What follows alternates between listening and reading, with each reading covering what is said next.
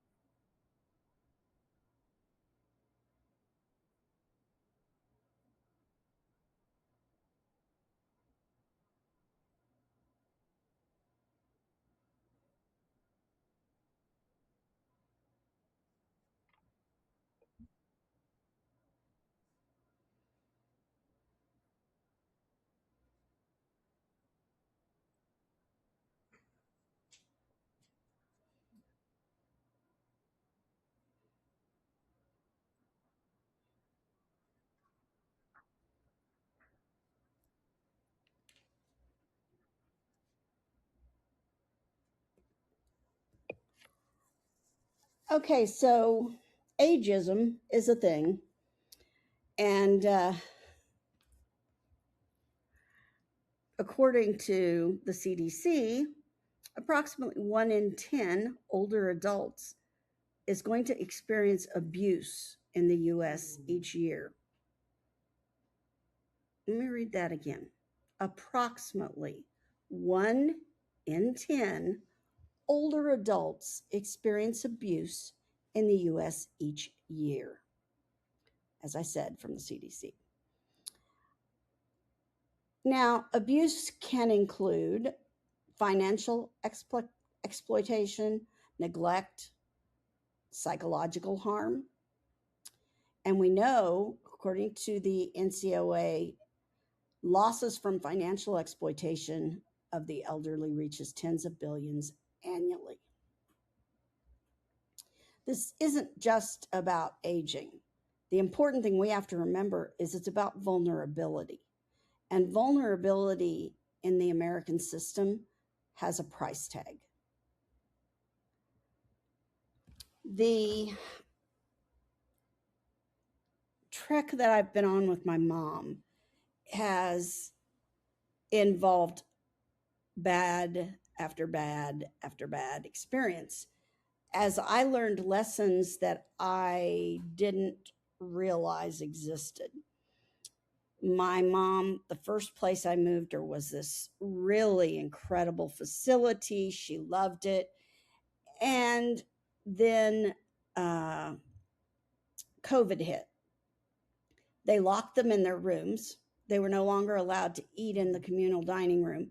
So, my mother, less than a month after my father had died, my mother was locked in an apartment, unable to go anywhere or see anyone because they weren't allowed to leave the building either.